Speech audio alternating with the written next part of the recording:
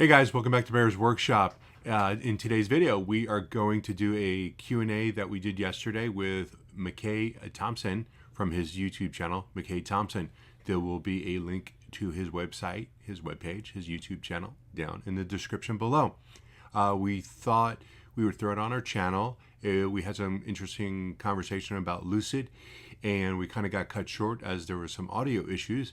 So we'd like to go back on the channel when the opportunity comes up and maybe answer some of the questions more in depth. And we'll go take a look at that here in a moment. But I want to say, if you enjoyed this video, please hit that like button. You want to see more content like this in the future, go ahead and hit that subscribe button. And thanks to all of our patrons. Now, let's go take a look. Bye-bye.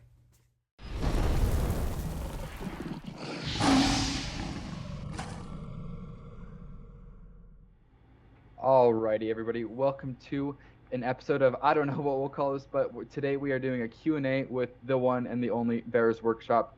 Bear's Workshop is in charge and responsible of getting some of the most important shots that we look at on my channel regarding Lucid Deliveries, and personally it's helped me become a lot more confident in Lucid and exactly what they're doing over there. So just want to say thank you for all the effort you go through to get those incredible shots that you get. All right. Hey, thanks. I appreciate that. Awesome. Cool. So I have a couple of questions here. First off question is, what do you think about the 520 deliveries? I think they're going to exceed that. You really do? Yeah, we just tweeted out at Bear's Workshop on Twitter, obviously. There's 80 cars in the lot this morning when we flew over. Wow, 80 cars. 80 cars, yes. Oh my gosh, that's incredible. And I know that you talk always thought about the actual car and the factory itself, but are you interested in the stock at all? Like, do you do a lot of stock with Lucid? I have some shares. It's actually my wife bought some shares. I had sold mine, and then she's like, "Well, I want to buy some." So she put a little bit in. We're just talking a few $1,000s, not that much. We don't trade in high volume because we don't have high volume to to trade. But yeah, I watched the Lucid stock probably for the last year. Watched the merger and everything, and yeah, definitely interested in it. Always want to make more money. Always.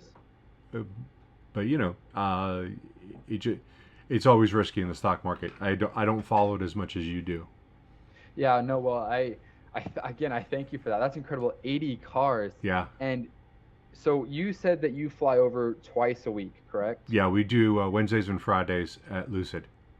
That's incredible. So one of my, actually, I've had a handful of questions that are asking me, what can we do to help you get to the factory at least 3 times a week? If there's anything, if they can donate, or I've had a handful of people ask what they can do to support your channel and getting you out there more possibly. We have a Patreon account, and you can go on there, become a patron. That will help. We just spent $4,500 on Monday on a new drone, and that drone is going to allow us to zoom in a lot further and get better close-ups. I don't know if you're familiar with the problems that I've had with Lucid, but I haven't. They are not receptive to us flying over like Tesla is with the people that are flying over there with Joe and Jeff and Randy. Those guys got a cease and desist, and then they were able to reach back out to Elon Musk, and he said, "I'll let them fly." And it was from Tesla Security, which was a contractor. So they got permission, so they're allowed to fly as long as they remain safe. Lucid, when we first started going out there, called the police on us. And to make a long story short, they ended up sending us a cease and desist letter about flying over their property. They listed 3 things on there that were incorrect, and that's what the cease and desist was for. I've called the FAA, I've spoken to the Casa Grande police, and they say that we're good to fly. We can go over the property anytime we want. But we have not, since we got the cease and desist, because we don't want to get into a legal battle. It's basically a bullying tactic, because they know that even if they lose, we still have to take the time, go to court, I talked to a lawyer, $10,000 to $50,000. And they know that I'm not going to do that for this YouTube channel that makes $25 on each video. So it would be a slap lawsuit, but in Arizona they don't have any regulations on a slap lawsuit of that type. So we're just going to take the option of using a Zoom drone and get some really good pictures. And we should be able to get some decent ones. We can go up to 7 times with that camera, which is still optical, and before we start getting digital and you start getting some distortion. So I don't know when the drone's shipping, but we've already paid for it. Now we're just waiting for it. Yeah. So my experience with Lucid on the management side has been kind of awful. They're not very receptive. We had talked for a while, and on the phone and through email, they sent us an agreement to let us fly over. But when we looked at the contract, it looked awful. And then I had a lawyer look at it, and he goes, "Oh yeah, it is awful, because if we signed it, they could actually legally tell us we can't fly, before they can't. There is just so many caveats in there." So we never signed the agreement, but we're still doing the perimeter flyovers. And it's something that made me nervous, as far as Lucid as a company is very secretive. They don't tell people a lot. They didn't let anybody drive the car for a long time, and that makes people nervous. Yeah. So and I understand that, and I still support the company in the sense that I want them to succeed. I don't like the way that management took the approach of sending us that contract that if we had signed, we'd be shooting ourselves in the foot. And I thought that was kind of insulting. They were hoping that I was dumb enough to sign it. I wasn't. Dang, that's unfortunate to hear from the management side. So you think that they're going to exceed 520 deliveries, and congrats on the drone, by the way. That's super cool. Thank you. If you could give a ballpark estimate, what do you think would be deliveries? Obviously, like, not any sort of financial advice to trade off with, but if you had to guess. I think it will be closer to 1,000. Wow, that'll be absolutely insane from a stock perspective. Yeah. Because like you said, they're super secretive. They don't say hardly anything. Yeah, they don't. We only go out there 2 days a week, but when we go out there, we always count the cars. And when we first started counting them, it was 3, 4, 5. I was told in the beginning, like mid-October, early October, from somebody who works there, they told me they were making 5 to 8 cars a day.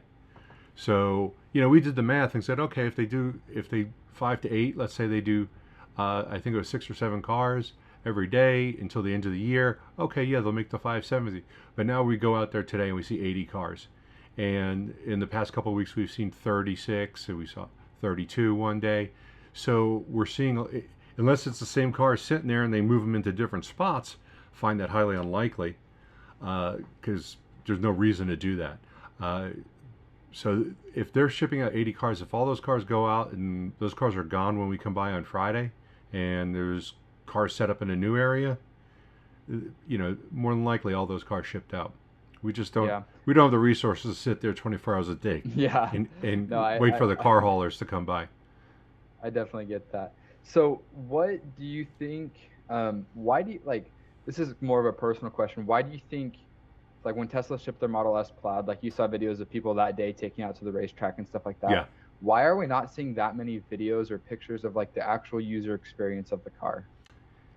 I don't know. It is a good question, and it's almost the same like with Rivian, because we haven't seen too many videos on Rivian, and then it turns out that the people that we are seeing were employees of Rivian, because those are the only people who got the cars.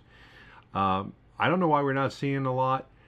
I don't know if they're still delivering with delivery events, because we've seemed to have 2 delivery events, and I don't know if they're now just delivering them to people's houses. Like, I think Mark McGuire had his delivered right to his house, and maybe they're just not making a big deal. On the conspiracy side of that, maybe there's an NDA that they have to sign to get their car. I'm not going to say that I haven't heard anything like that, but that's just a conspiracy theory. Yeah, that's the only thing that I can come up with, like, conspiracy wise, is like they can't show something until a certain date, like no public pictures or anything like that. Yeah, and I mean, it's possible, because I know that if they were going to let us into the factory, not with cameras, but to do a tour, and they told us we'd have to sign an NDA, and we're like, well, that's no problem. This is your IP. We have no desire to release your IP, and we had told them also when we were flying over, if we would work with them, if we saw something that they didn't want us to film, we wouldn't film it. We were completely on board with working with them, but it never went that way. So yeah, I know that That's crazy. everyone I know who's been in there said that they had to sign an NDA to get into that factory, including That's crazy. including the landscaper that we talked to. Did you see the video of the landscaper? I haven't seen that one yet. I've been watching your podcasts. Yeah, I haven't seen that video of the landscaper yet. yeah, that was a good one. We ran into a landscaper. We had parked right on the border of the property.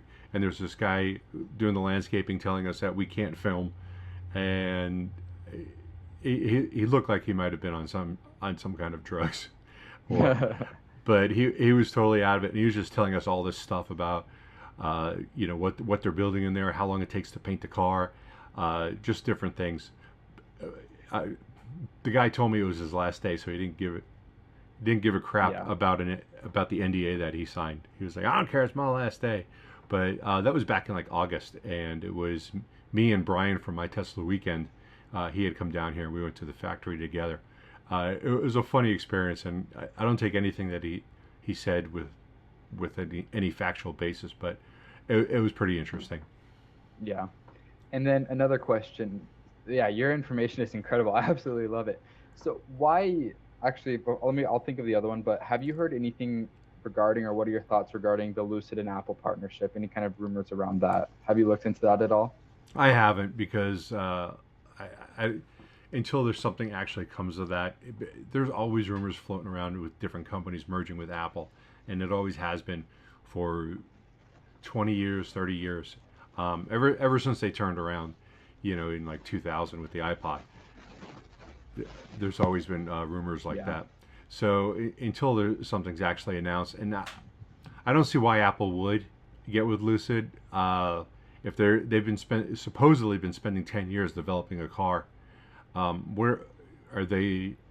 Where's their factory though? Like, They don't wouldn't have we have it. seen a factory? That's what I'm saying. Like, they've been saying they're going to build a car, but they have no factory. Like, you can't really hide a factory. Well, maybe So Foxconn will I don't do it know. for them. Maybe that'd Did be interesting. Did you see the Foxconn car?